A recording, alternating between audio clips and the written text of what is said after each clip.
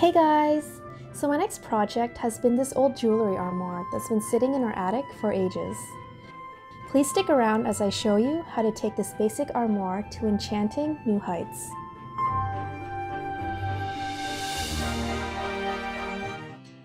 To get started, remove all the hardware from the furniture and unscrew any pieces attached to the main frame. Once everything has been taken apart, you can begin to remove the old jewelry liner from the drawers. I'll be using a box cutter to remove the old liner. Run the box cutter along the sides and rip out the liner once you have a good grasp of it. This can be quite unsafe, so please don't use your leg as a cutting board like I did. I was just too excited to get started to notice. Most of the jewelry liner is going to be stuck to the drawer, so remove as much of it as you can with the box cutter. Using sandpaper, sand away what's left behind. It's important to get rid of what's still sticking, so you can get a smooth and clean finish when you apply the new liner.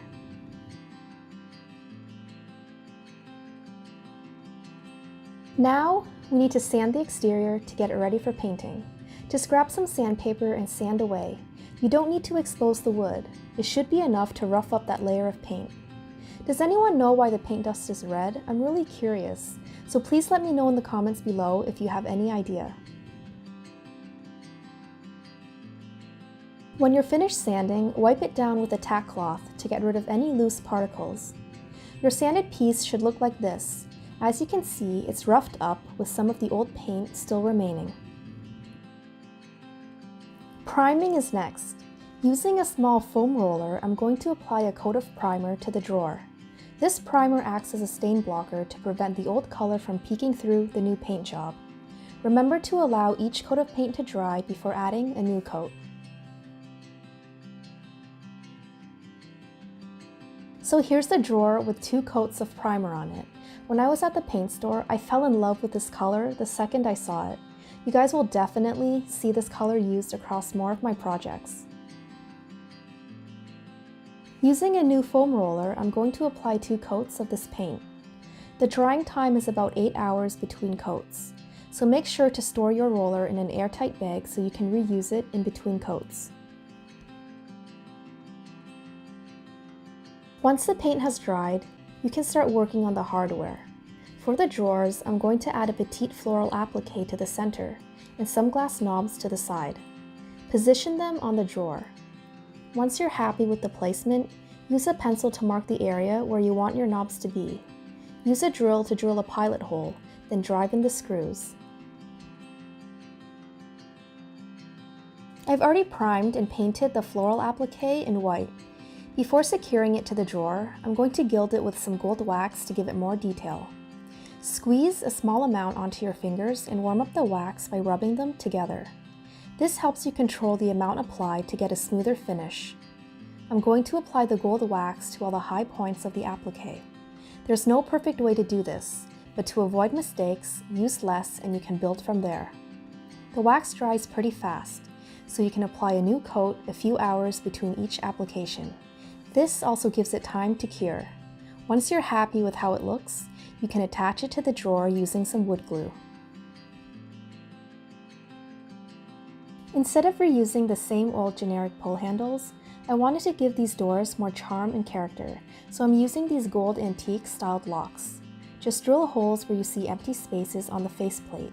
Later on, the locking mechanism will be installed behind the door with 4 small screws. After putting the armoire back together, I found that the solid color inside the door was too overwhelming. So, I decided to stencil the inside of the door. It was difficult finding the stencil I had in mind, so I ended up having to make my own stencil out of some plastic. I'm using a strip of kitchen sponge. Load up some paint on one end and lightly pat the stencil. If you press too hard, the paint can bleed underneath, ruining your work. Once you've covered the entire stencil, lift it off to take a look. Just repeat the same process until the entire space is stenciled in. Now, onto the outer door. Sourcing these appliques were a challenge. They had to be the exact fit for the door. In the end, I found this beautiful arch applique. Just look at those details. The gold wax is going to do a beautiful job at enhancing that. This pair of twist rope columns will be used to frame the door. and a matching arch will be added to complete the bottom. I also found this gorgeous applique to act as the centerpiece. I've gone ahead and gilded the edges of the drawer in an antique gold rub and buff wax. The next step is measuring the base and all 4 sides of the drawer. Once you've got your measurements, you're ready to line the inside of the drawer. I was lucky to get this liner in this color. They usually come in black, white, or gray. Using the measurements taken earlier, use the liner to cut out the inserts. Remove the adhesive backing from the liner, leaving the sticky side down, and apply it to the base of the drawer. Repeat the same steps until the entire interior has been lined. For the top compartment, I'm going to redesign it completely. For my version, I'm converting the top half into a ring display. I'll be using these hair curlers to construct the display. Line it up with both sides and mark one end where to cut. Snip the end of the hair curler where you made your marking and remove any excess that may be left behind. Cut a piece of liner enough to wrap around the hair curler. Peel away the adhesive.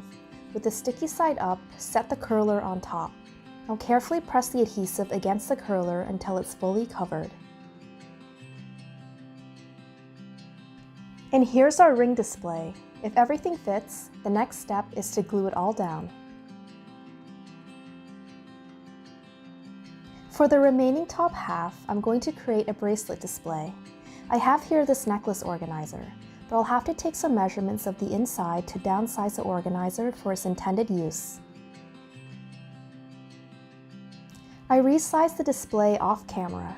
It was a pretty long and tedious process, which involved using a rotary tool and several cutoff wheels. The wheel broke 5 times while I was making my cuts. So if you're going to do the same thing, please remember to gear up and stay safe. To cover up the back of the bracelet display, cut out a square slightly smaller in size. Use glue to attach the pieces together.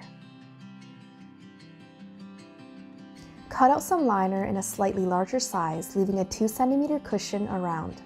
Apply the display to the center. Press down lightly and smooth out any wrinkles from the other side. When things look acceptable to you, use some scissors to snip off the 4 corners. This allows us to fold down the sides nicely. Take your time with this. You won't be able to redo it if you make any mistakes. When finished, your new bracelet display should slide in just like this. The original jewelry armoire did not have an area to hang earrings. I have a lot of earrings, so creating an earring display was an absolute must. I'm using this cooling rack to help materialize my vision. These 2 pieces used to be attached, but I took a pair of flush cutters to separate them. For this project, we're going to use the left piece. I'm going to keep the sides, top and bottom intact. I'm going to remove some of the bars in between. The spacing is really up to you. Just use flush cutters to cut the unwanted bars. This is what the display looks like with the bars removed. You will notice bits of metal left behind. Just use a sanding tool to flatten them. Once everything is nice and smooth, cut a strip of lining to cover the bar. Take your time with this step, as this process requires a bit of trial and error. It's hard to gauge the amount of lining needed, so cut a tad more than what you need. If you cut too little, that piece is no longer usable. When you're absolutely happy with the application, move on to cover the remaining exposed bars. Here's a quick peek of the finished earring display. These 2 pendants were attached to the corners to add a bit of glamour when the display is mounted. I want my earrings to dance each time I open the armoire door. That's why they're fixed to a chain, so they swing slightly each time the door is opened. The final step is priming, painting, and gilding the appliques. Once all that is done, all that's left is to glue them in place and this project is done. I'm so excited to show you how this beauty turned out. Are you ready?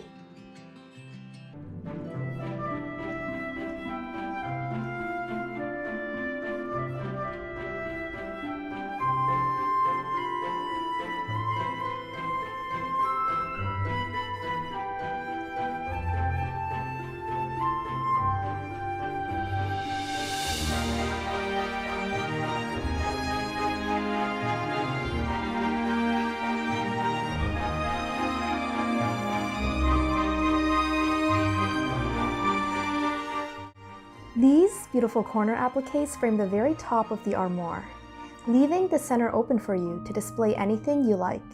In this case, I have this adorable baby unicorn trinket holder. I use it to store any loose or broken jewelry that I might have. Thumbs up if you love baby unicorns. Just below the lid, you'll find our custom-made ring and bracelet display, showing off some of my favorite pieces. I love how the gold peeks through, giving these drawers more depth and detail. The very first drawer is perfect for statement pieces that might not fit inside the necklace display. Below is the accessories drawer. I have a couple pairs of mirrored sunglasses inside. And finally, I found a home for my coin pouches in the very last drawer. These locks and tassels are my favorite part of the armoire. I used some leftover pendants from another video I was working on to create them. The rest of the tassels were made with 24-karat gold chain, some jump rings, and a filigree tassel cap for that extra touch of delicateness.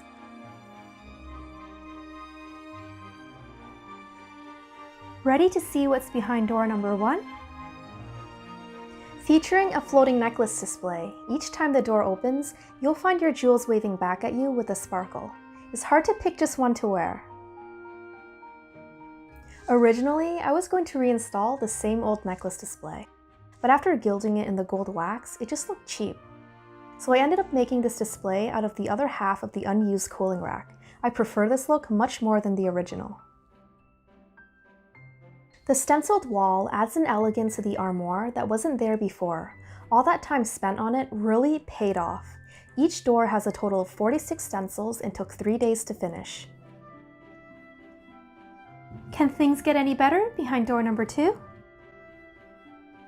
You'll find an elongated earring display wrapped in velvet, where your earrings can float without sliding around. You can display your earrings as close together or as far apart as you like. They swing freely, perched on the branch of the floating display. Not far below, you'll find a floating bracelet display.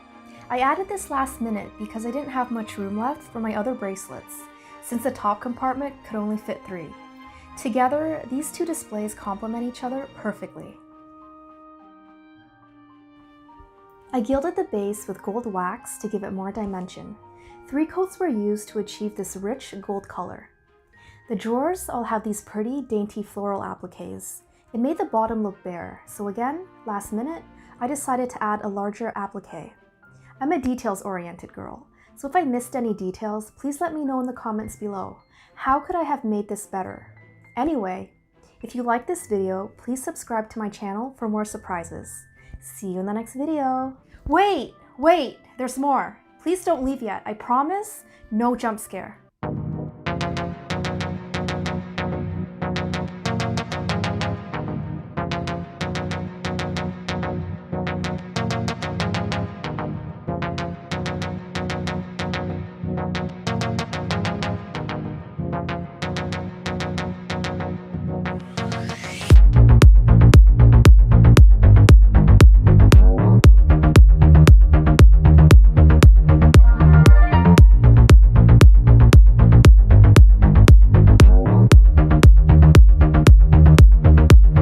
Don't forget to follow me on Instagram at peacockintheroom. See you in the next video!